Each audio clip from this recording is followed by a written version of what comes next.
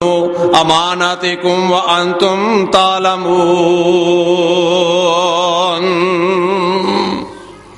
ذرا غور کرنا، دو باتوں کا تذکرہ۔ پہلے یہ کہا کہ اے لوگو، ایمان والو،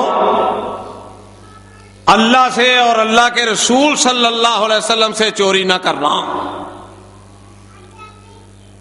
اور پھر دوسری بات یہ کہی کہ آپس میں ایمانتوں کے اندر خیانت نہ کرنا، بد عہدی نہ کرنا۔ حدیث پاک میں آتا ہے، نبی پاک صلی اللہ علیہ وسلم نے ارشاد فرمایا کہ حضرت معاذ رضی اللہ تعالیٰ عنہ کو اللہ کے پیغمبر صلی اللہ علیہ وسلم نے، کائنات کے امام نے، یمن کا حکمران بنا کے بھیجا۔ کہا اے معاذ، تو چلا جا، جا کے یمن کے اندر اللہ کے دین کی دعوت دے، اللہ کے توحید کی دعوت دے۔ حضرت معاذ رضی اللہ تعالیٰ عنہ گھر گئے، تھوڑی بہت تیاری کر کے واپس آئے نبی پاک صلی اللہ علیہ وسلم کی خدمت میں، حاضر ہوئے، کہا اے اللہ کے رسول صلی اللہ علیہ وسلم، میں تیاری کر کے آیا ہوں، اب مجھے اجازت دے دیجئے کہ میں روانہ ہو جاؤں یمن کی طرف۔ اللہ کے رسول صلی اللہ علیہ وسلم نے کہا اے معاذ، تو چلا جا۔ ذرا غور فرمانا، ابھی گھوڑے پہ بیٹھے تھے، چند قدم گھوڑا آگے گیا،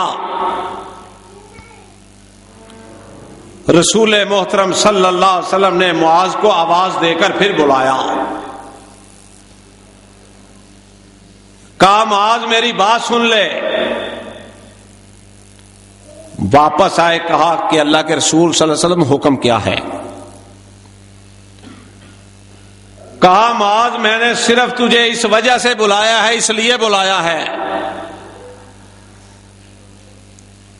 کہ تو یمن جا رہا ہے، میری اجازت کے بغیر کوئی تحفہ قبول نہ کرنا۔ اگر میری اجازت کے بغیر تو نے کوئی تحفہ قبول کر لیا، امانت میں خیانت ہوگی، بد عہدی ہوگی۔ ہمارے حکمرانوں کی طرف دیکھو کہ تحفے طائف کا سلسلہ ختم ہی نہیں ہوتا، نہ ان کی تجوریاں بھری جاتی ہیں، نہ ان کے پیٹ بھرے جاتے ہیں۔ حضرت معاذ رضی اللہ تعالیٰ عنہ عرض کرتے ہیں اللہ کے رسول صلی اللہ علیہ وسلم، جو آپ نے حکم دیا ہے نا، جو حکم،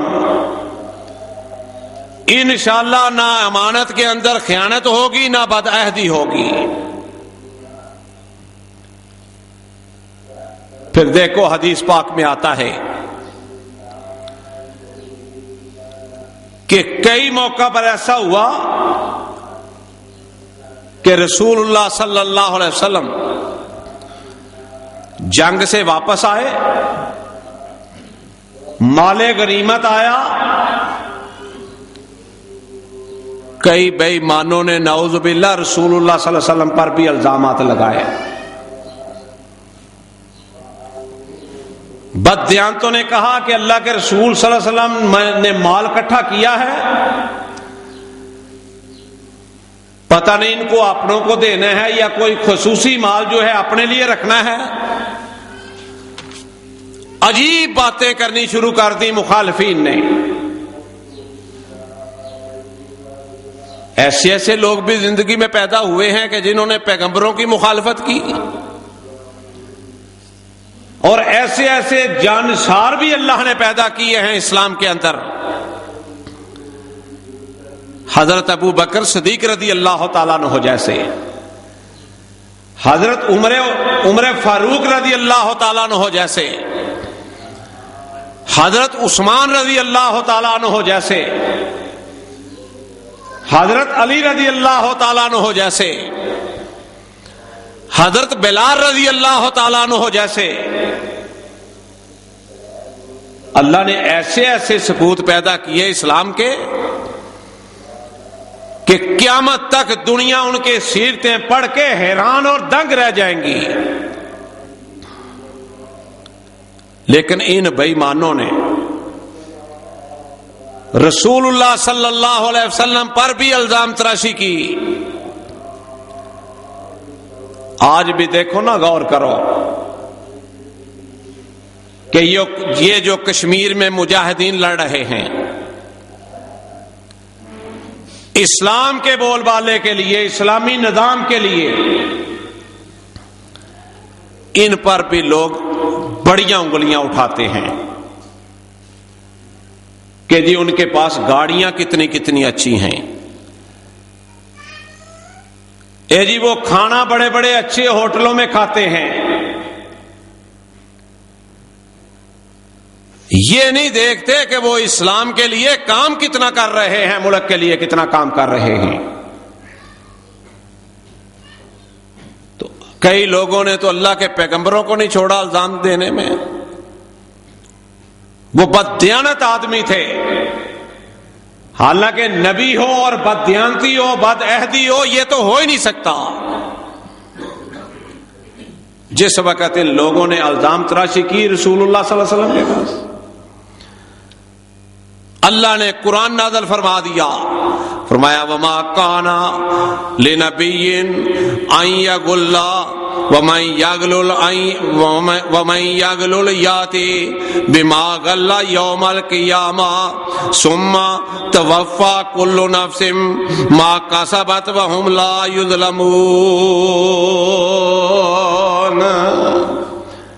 اللہ نے کہا کہ کوئی نبی ہو اور وہ کوئی چیز چھپا کے رکھے، بد عہدی کرے یا امانت میں خیانت کرے، میرے رب نے فیصلہ کر دیا کہ میرے نبی ایسے نہیں ہوتے. نبی تو دیانتدار ہوتے ہیں، نبی تو ایمانت دار ہوتے ہیں، نبی تو خیانت کرنے والوں پر لعنت بھیجتے ہیں.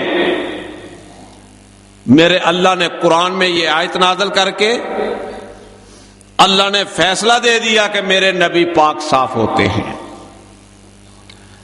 اور رسول اللہ صلی اللہ علیہ وسلم ان کی عام عادت یہ تھی کہ جس وقت غزوہ سے واپس آتے اعلان کرتے کہ جو کچھ کسی کے پاس ہے نا وہ ایک ڈھیر لگا دو. حضرت عبداللہ بن عمر رضی اللہ تعالیٰ عنہ کہتے ہیں اتفاق ایسا ہوا کہ حضرت بلال رضی اللہ تعالیٰ عنہ نے 3 مرتبہ اعلان کیا کہ جس کے پاس بھی کو مال غنیمت کا مال ہے نا وہ لے آئے. ذرا غور فرمانا، اب توجہ طلب بات آئی ہے. 3 مرتبہ حضرت بلال رضی اللہ تعالیٰ عنہ نے اعلان کیا کہ جناب محمد رسول اللہ صلی اللہ علیہ وسلم کا ارشاد گرامی ہے، حکم ہے کہ جس کے پاس مال غنیمت ہے نا وہ لے آئے اور اس ڈھیر میں رکھ دے. کافی لوگوں نے وہاں مال رکھ دیا، ڈھیر لگ گیا. ایک شخص ایسا تھا جو بعد میں آیا، کافی وقت گزرنے کے بعد آ کے کہنے لگا اے محمد صلی اللہ علیہ وسلم، میرے پاس بھی ایک چیز رہ گئی ہے. اور وہ چیز کیا تھی؟ ایک معمولی چیز، بالوں سے بنی ہوئی لگام.